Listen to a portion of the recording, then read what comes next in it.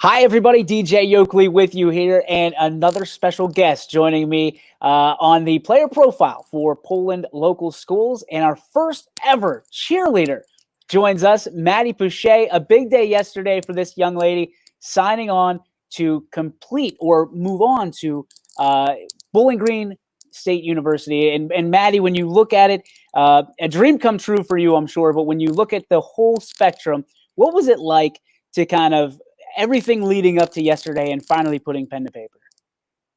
It was great. It was like everything I worked for was like finally happening. That's awesome. I mean, you've worked so long. You've done cheerleading for how long now?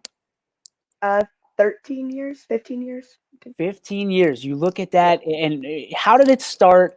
How did you get infatuated with the sport, and what made you want to go to the next level?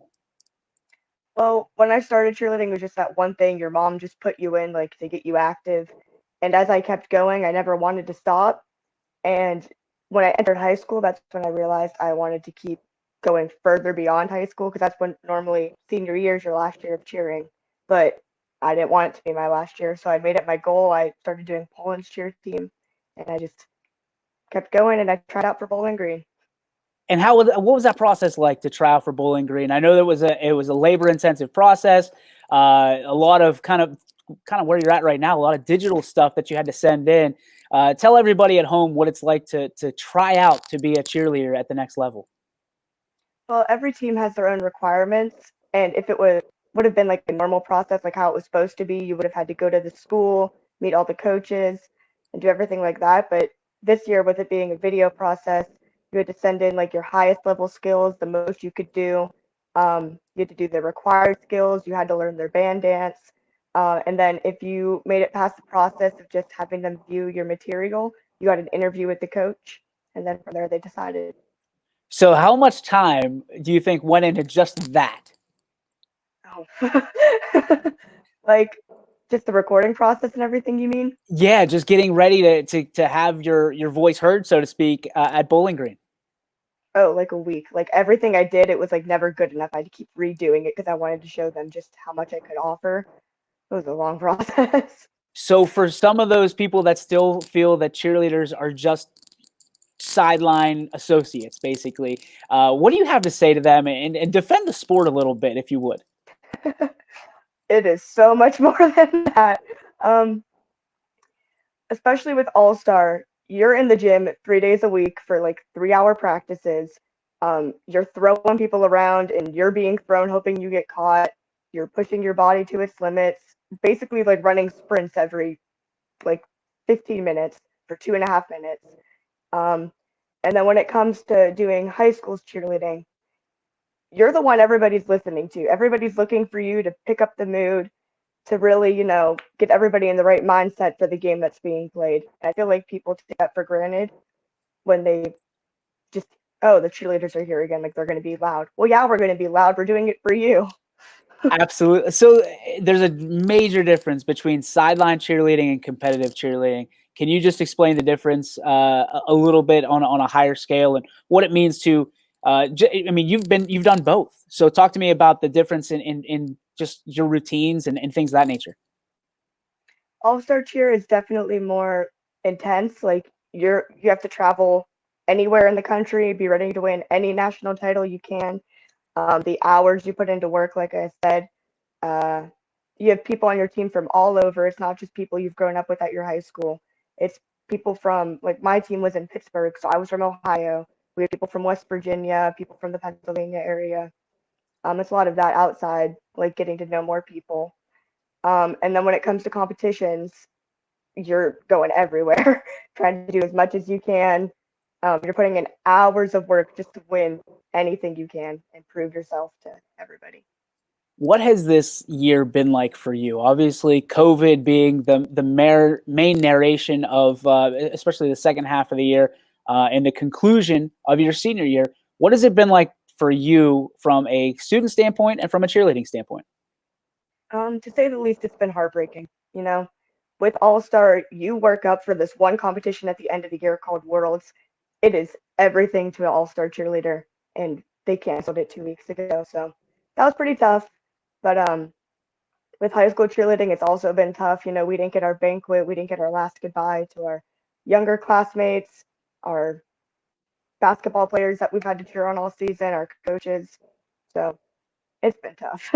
So when you look back at this, I mean, what legacy do you feel you've left behind for some of your fellow cheerleaders at Poland? I want to show people that there is a heart behind the sport. It's not just, oh, I'm doing this to get rid of my gym credit. Oh, I'm doing this just to be doing something. Like, this is something you need to want to do, or else it's not going to be fun. Like, going out to every game and being like, yes, I'm here. I'm going to set the tone. I'm going to be as happy as I can for my team no matter what happens. If your heart's not in that, it's not going to be fun. I think one of the most interesting things about cheerleading, especially from my standpoint, is when you're on the basketball court and there's like a dead time during the game, there's always one or two cheerleaders that just go out and do handsprings and backflips all the way down the floor. Have you ever counted how many of those you can do at one time, and what is that number? I think like back handspring wise, like the flip where your hands go on the ground, that's like I think I can do 8 maybe. I haven't done those in a long time, but Wow. yeah. I would be dead on one. Like I would try to Yeah. do it, and I'd be gone. Do you use? I mean, my girls in the backyard use the trampoline to try to do flips and try to get involved in acrobatics and things of that nature. Maybe one day they'll be in cheerleading as well. Is that where it started for you? I mean, is that one of those things where you got some confidence in doing some of these acrobatic moves?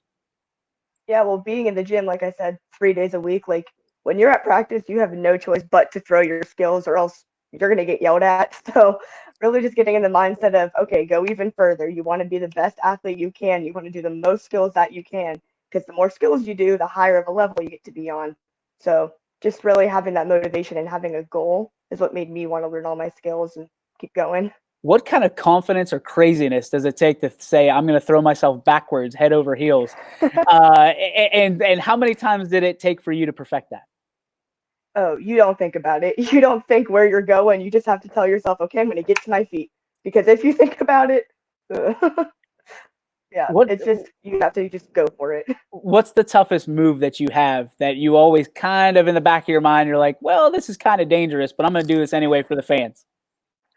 Um, the flip is called an Arabian. It starts off as a back flip, and then halfway through, you twist into a front flip, and then you're able to like tumble out of that, like keep going with the skill. That's probably one of the hardest skills I have. That's probably why it's called an Arabian. I mean, that's probably one of the things you see on Aladdin. So Maddie, you've done so much in your time at Poland, and you're looking to do more at Bowling Green. Talk to me about your role models, the people that have helped you get to where you are now and where you're looking to go. Definitely my coaches. One in particular would be my coach Trisha Barker. She's coached me since I was like 3 years old, and she's always encouraged me to do do what I need to do. Like sometimes she'd tell me, if you don't get this skill, you're gonna let your team down. And I was like, okay, Trisha, and I do my skill. She has always motivated me to be the best athlete I could be.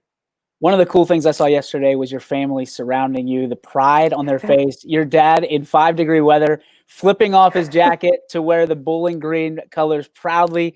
I mean, what does your family mean to you? I know it's a family sport. It's one, like you said, you travel everywhere, and you kind of all have to use or be like 5 fingers into a fist. So talk to me about your family and how they've helped you along the way. Oh, they've had to deal with a lot. You know, my practices are like an hour away, and before I could drive, they were driving me. They didn't even question it. They're just like, nope, cancel everything. Maddie has to be here today. Or like for competitions, oh, we're going to Florida. All right, pack your bags, let's go. Like they've been everything for me, and I appreciate them so much. Do you have a teacher or instructor at Poland that really made a difference for you, and what really made you proud to be a Bulldog? Um, it's gonna sound cliche, but Mrs. Reinhardt, the cheer coach, she is always well, when I first entered high school, I didn't really want to do high school cheer because I was with All Star, Yeah, but she was like, "Nope, you need to do it. You're gonna do great." And she really pushed me to not only like be good in my studies and everything, but she pushed me to try to be a better athlete. that's fantastic. Anything else that you want to say to the future classes of Poland about what it's like to be a Bulldog and essentially what it's like to be a leader inside and outside the classroom? Poland is a one of a kind experience. You know, we have all these like little traditions and everything that our principal, Mr. Snyder, tries to keep strong. So when you're going through Poland, take every step and everything with so much confidence and appreciation for what you have, because Poland really is a one-of-a-kind experience, and I am so happy I was a Bulldog. Maddie Pushay, we're so proud of you. We'll be cheering for you at the next level. Thanks for joining us today. Our first ever cheerleader here on YSN on Player Profile. Good luck. Thank you.